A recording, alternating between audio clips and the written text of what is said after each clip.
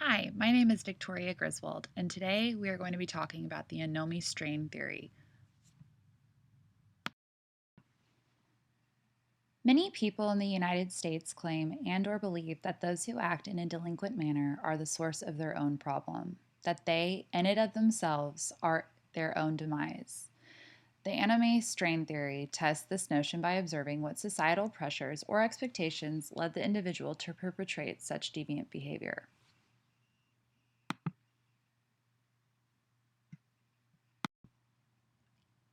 You may be asking, what is anomie? Anomie is the breakdown of social norms that results from societies urging people to be ambitious, but failing to provide them with legitimate opportunities to succeed. Sociologist Emile Durkheim was the first person to use the notion of anomie as a sociological concept, and many believe that Robert Merton's anomie theory stemmed from Durkheim's concept. Durkheim connected the lack of social norms, which are the informal understandings that govern the behaviors of members in a society, with the failure of a society to successfully assimilate its members' boundless pursuit of material success. Durkheim believed that the lack of such social norms explains the evolution of deviance. In 1938, sociologist Robert Merton established the anomie theory, connecting deviance to anomie.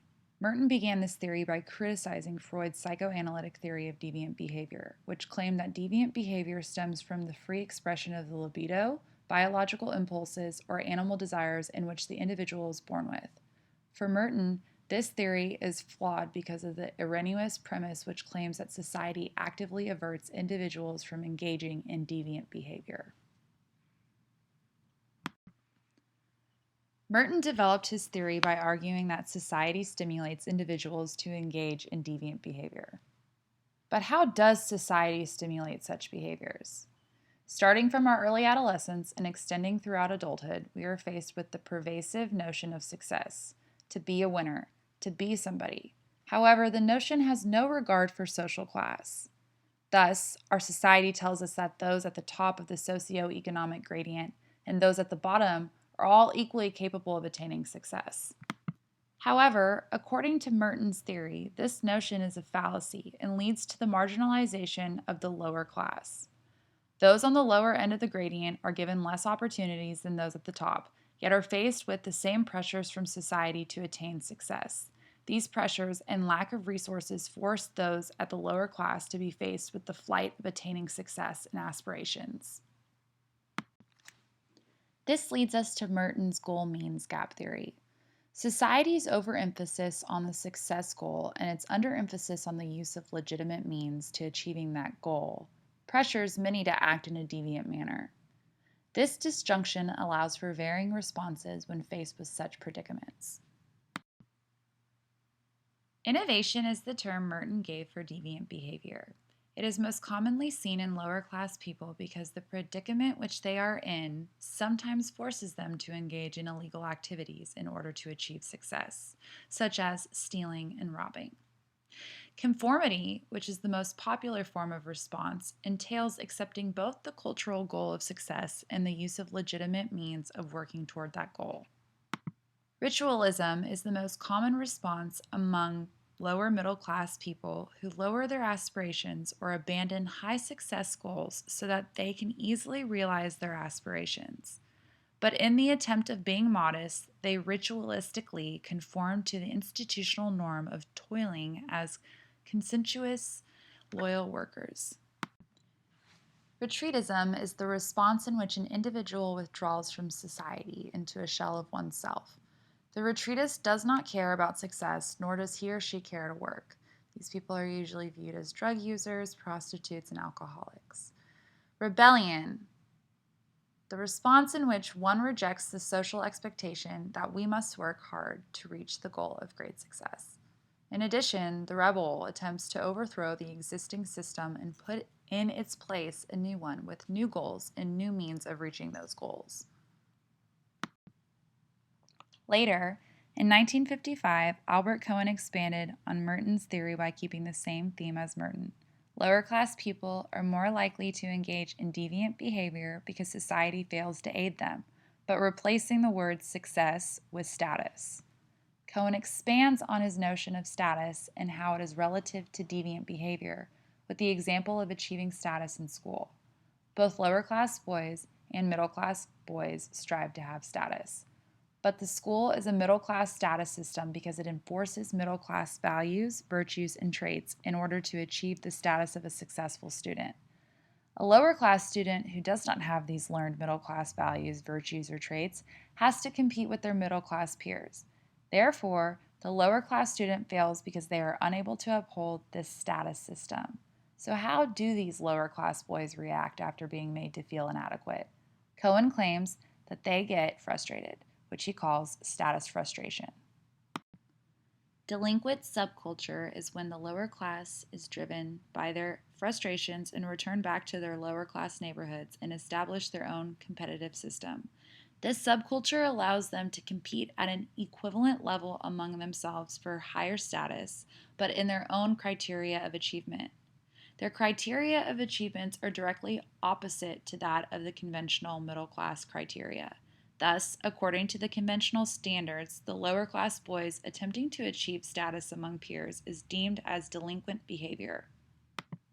Cohen adds the notion of status frustration to Merton's theory as the third intervening variable which allows the goal-means gap to produce a delinquent subculture. In 1960, both Richard Cloward and Lloyd Olin further expanded on Merton's idea by introducing the concept of differential, illegitimate opportunity. However, while they accepted Merton's theory of differential legitimate opportunity, they also criticized Merton for failing to acknowledge differential, illegitimate opportunity. Illegitimate opportunity is when some members of the lower class have less opportunity than others of the same class to achieve success in an illegitimate, deviant manner. Suppose a lower class person is being pressured to commit a deviant act, such as theft or robbery. Merton would say that the individual would most likely act in accordance with deviant behavior. However, Cloward and Olin would claim that there is no guarantee that the individual will actually act in a deviant manner. Whether or not the individual will act in the deviant manner depends on whether they have access to illegitimate opportunities in their lower class neighborhood. Cloward and Olin added the notion of differential, illegitimate opportunity to Merton's theory as the third intervening variable which allows the goal-means gap to produce three types of delinquent activities.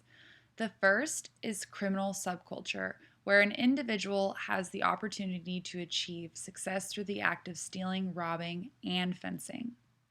The second is conflict subculture, where an individual has the opportunity to achieve status in a violent delinquent gang, but only some individuals acquire the skills to meet the requirements, such as fighting or expressing enthusiasm for risking death or injury in gang warfare. The third is the retreatist subculture, where an individual is viewed as a double failure because they failed to achieve status or success in both the criminal and conflict subcultures. Therefore, the only requirement of the individual is their willingness to enjoy the use of drugs. In 2001, Stephen Messner and Richard Rosenfeld created. No theory is perfect, hence the reason these notions are labeled theories, not facts or laws. The first problem with the Anomie-Strain Theory is that there is no solid and valid evidence to back the claim that people of the lower class are more likely to act in a deviant manner than those of the other classes. Although the official statistics on crime and delinquency support the theory, they are still predominantly unreliable and invalid. These statistics are unreliable because the likelihood of a police officer catching a lower class criminal over an upper class criminal is much higher. Furthermore, they are invalid because they only measure a small portion of deviance, mainly the relatively serious types, not the overall picture of deviance. The second problem is that there is no evidence that states that those of the lower class uphold or desire the same level of success that those of the upper and middle classes do. According to the theoretical analysis and empirical data, lower class people have a significantly lower level of success aspirations. While the United States does encourage everyone to obtain high success goals, that does not ensure that every individual will embrace this notion. Despite these criticisms, the Anomie-Strain Theory has important implications and redeeming value. In large part, this theory has helped change the notion that deviant behavior stems from within the individual and has significantly contributed to the sociological idea that society is responsible for deviant behavior, not the individual. Thanks for watching, and I hope you enjoyed.